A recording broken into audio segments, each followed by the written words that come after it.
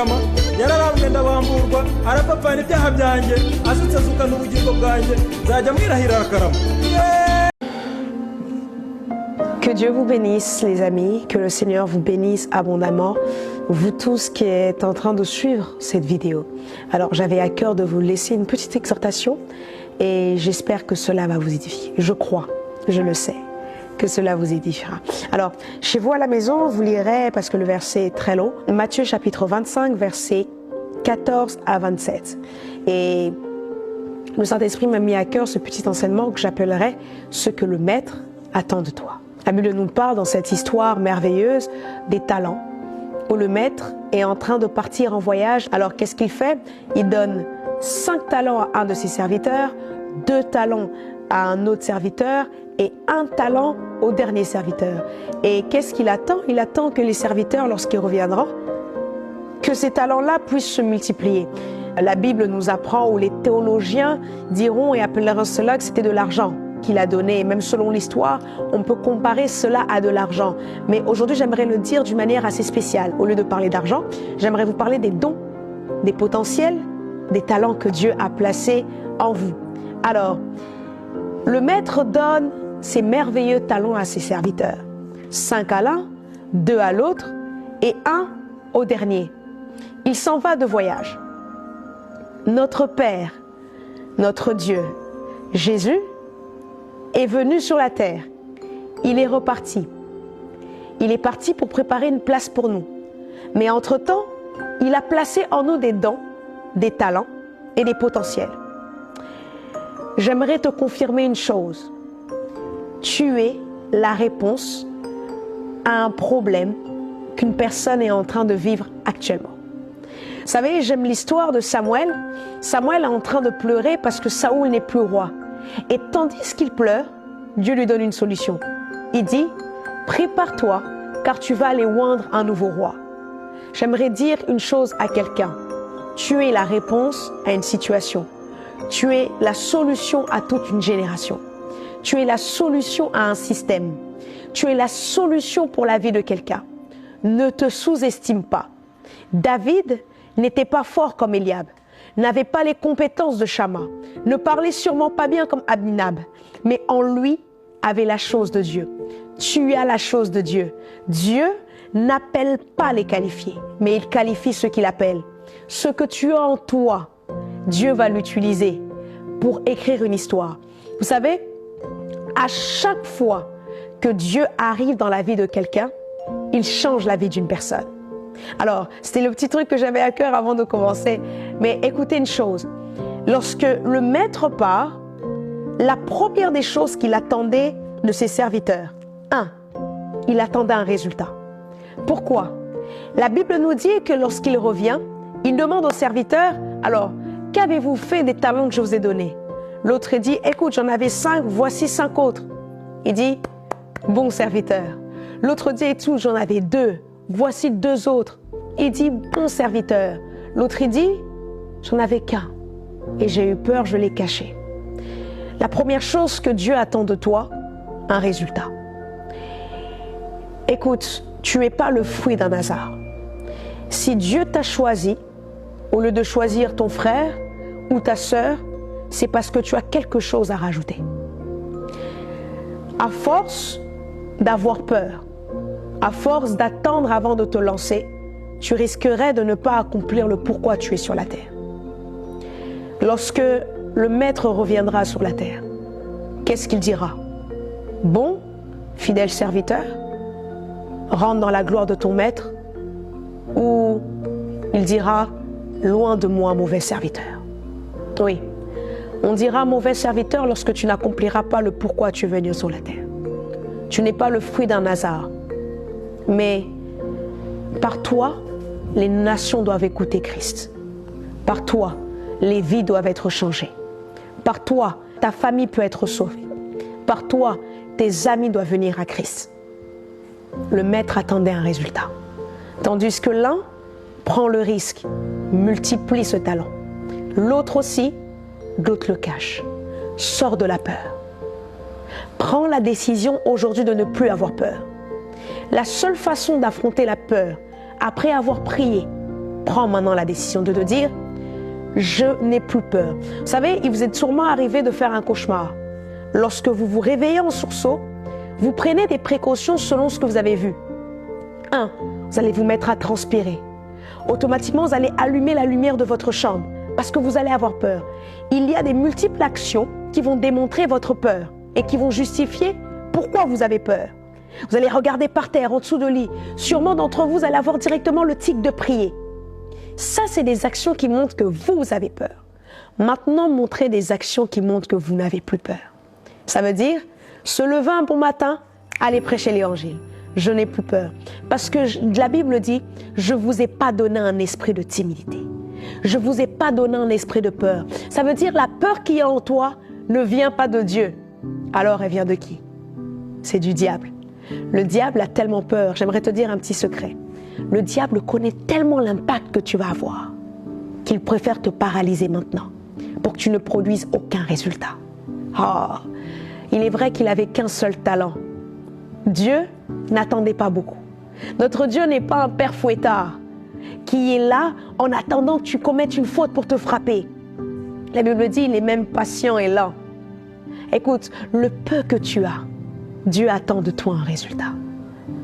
Le peu que tu as, Dieu attend de toi que tu le multiplies. Tu es un vase entre ses mains qu'il a besoin d'utiliser. Il ne va pas chercher quelqu'un de fort, mais il viendra te prendre toi. Vous savez ce que j'aime dans l'histoire du miracle à Cana?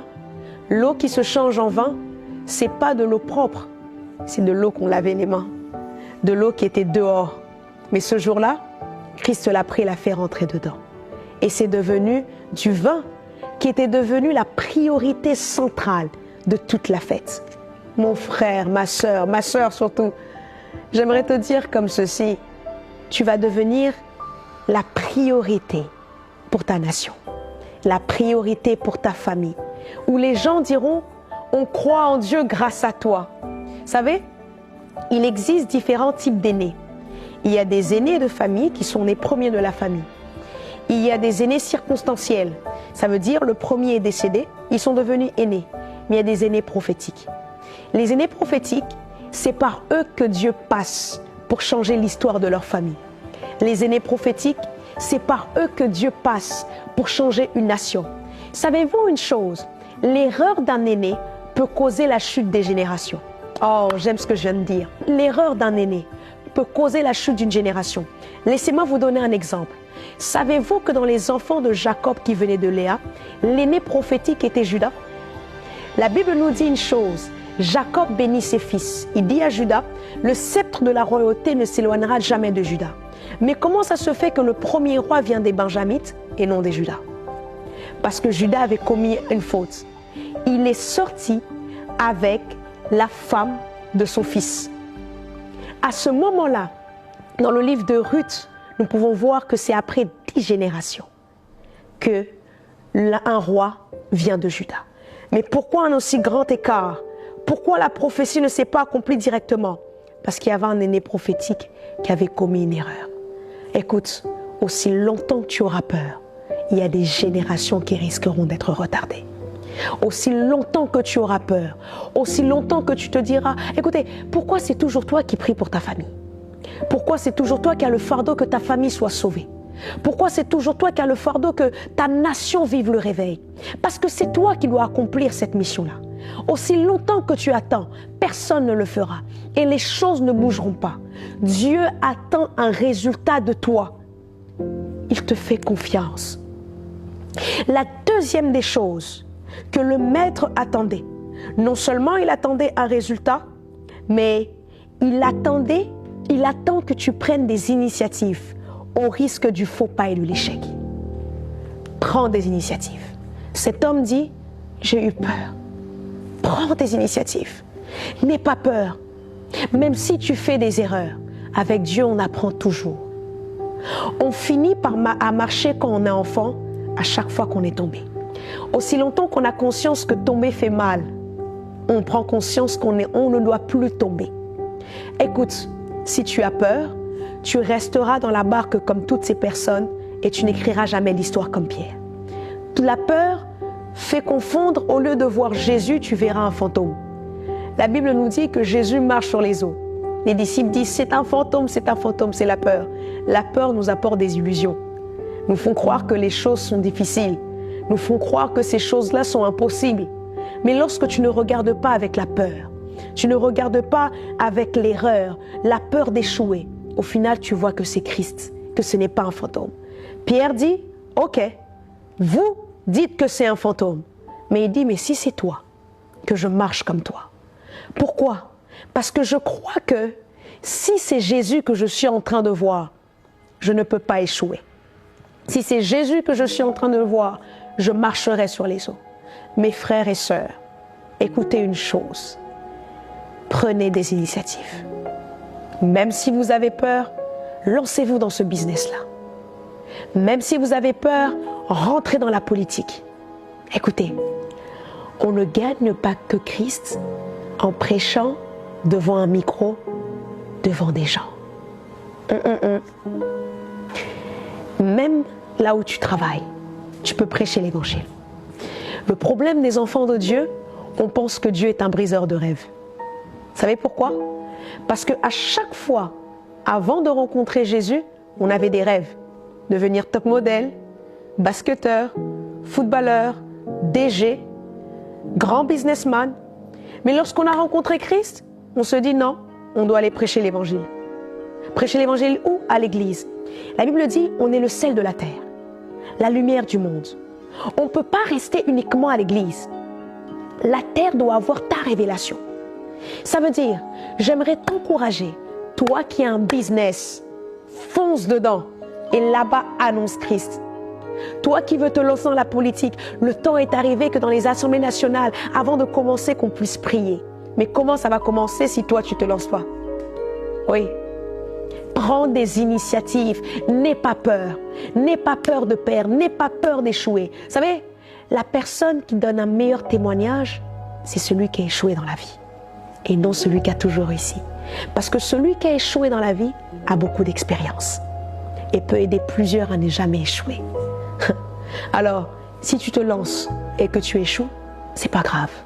Tu apprends et tu as une génération à qui tu apprendras que ici, on peut échouer.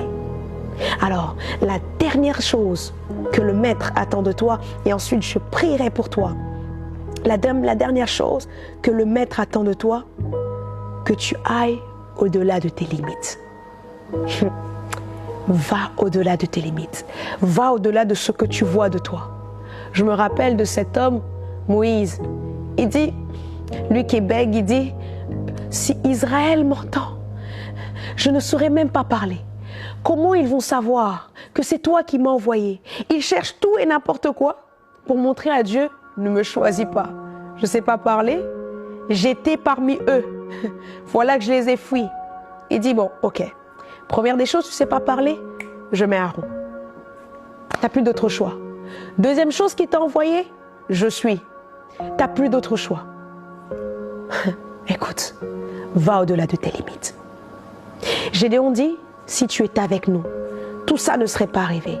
Ce que Gédéon ne savait pas, Dieu n'est pas d'abord avec eux, Dieu est avec lui. Avant que Dieu commence à être avec eux tous, il commence toujours à être avec quelqu'un. Et Dieu a fait le choix d'être avec toi. Lorsqu'il commencera à être avec toi, par toi, plusieurs bénéficieront du Dieu qui marche avec toi. J'aimerais t'encourager. Ne sois pas limité. David est petit. Il arrive au champ de bataille. Tout le monde se moque de lui. Et vous savez quoi? Les gens qui présentent Goliath, c'est même pas les Philistins, c'est les Israélites. Ils donnent le CV de Goliath.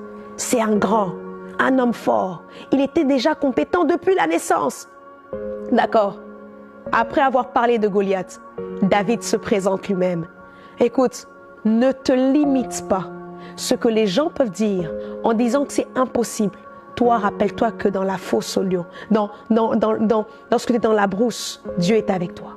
Tu as combattu le lion et l'ours sans pour autant avoir une épée avec toi. Ce que j'aime dans cette histoire de David, Eliab dit, je connais ton orgueil. David, ne suis pas Eliab. Va vers quelqu'un d'autre. Écoute, si tu veux aller au-delà de tes limites, entoure-toi des gens qui croient en toi. Entoure-toi des personnes qui ne voient pas le petit David, mais qui voient le roi David. Comme ce Jonathan-là. Jonathan dit, moi j'ai la royauté, mais je n'ai pas le mandat. Toi, tu as le mandat, mais tu n'as pas la royauté. Alors je te donnerai ce que tu dois avoir. Et Jonathan a donné la royauté à David. Mes frères et sœurs, vous voulez aller au-delà de vos limites, entourez-vous des gens qui croient en vous. David n'a pas écouté Eliab. D'ailleurs, Eliab, c'est un faux combat. Choisissez les bons combats dans la vie. Il y a des combats qui vous emmèneront nulle part. Combattre Goliath vous fera accéder à votre destinée. Combattre Eliab vous gardera à cette même place. Choisissez vos combats. Ce jour-là, David a choisi son combat. Il a dit, je préfère combattre Goliath et non Eliab. À ce moment-là, il a combattu Goliath. Quand il arrive devant Goliath, Goliath le méprise à cause de sa taille. Goliath le méprise à cause de ses soi-disant limitations, parce qu'il est jeune. Mais David le méprise parce qu'il est un incirconcis, quelqu'un qui n'appartient pas à Dieu. Écoute, Dieu est avec toi. Il attend un résultat de toi. Il attend que tu prennes des initiatives. Il attend que tu vas au-delà de tes limites afin d'écrire une histoire merveilleuse avec toi. Car la Bible dit, car la terre attend avec un ardent désir la révélation des fils. La terre, le monde séculier, les gens autour de toi est en train d'attendre ta révélation.